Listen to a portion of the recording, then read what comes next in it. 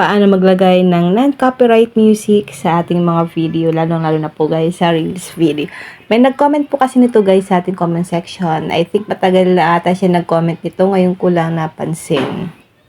Ang ginagamit ko pong music kapag nag-upload ako ng mga Reels video ko na may music, kumukuha po ako sa TikTok. Open lang natin ang TikTok account natin.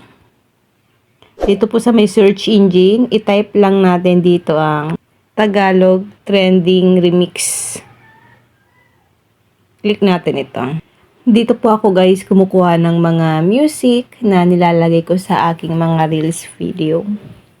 Pero hindi po 100% na hindi tayo dito maka-copyright ha. Yung iba dito, syempre merong copyright din dito yung music. Be careful lang tayo dito guys sa pag-select ng mga music na ilalagay natin sa ating mga video. Kasi yung iba po talaga, meron talaga dito copyright. Pero I choose itong mga Tagalog Trending Remix. Kasi mas marami dito guys yung walang copyright. Pili lang tayo dito guys na ilalagay natin sa ating video. Halimbawa ito. Click lang natin ito. Pwede po itong i-screen record nyo o kaya i-check nyo dito kung meron siyang save video. Katulad dito guys, meron siyang save video. Click nyo lang po ang save video para hindi na po kayo mag-screen record. Ayan.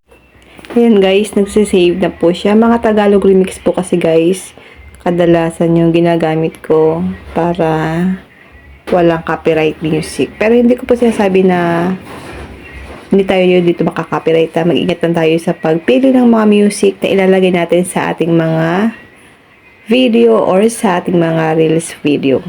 Katulad dito guys, save video, i-save video nyo na lang po. Para hindi na kayo mag-screen record. Okay? Ngayon, back tayo. Open lang natin ang CapCut. Dito po kasi ako guys nag-edit ng mga video sa CapCut. Click natin ang edit. Click new project.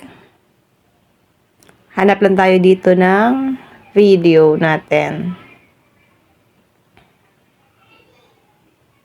Halimbawa guys ito. Click lang natin. Then click po natin ang add. So ayan guys. Dito sa baba, click nyo po ang audio.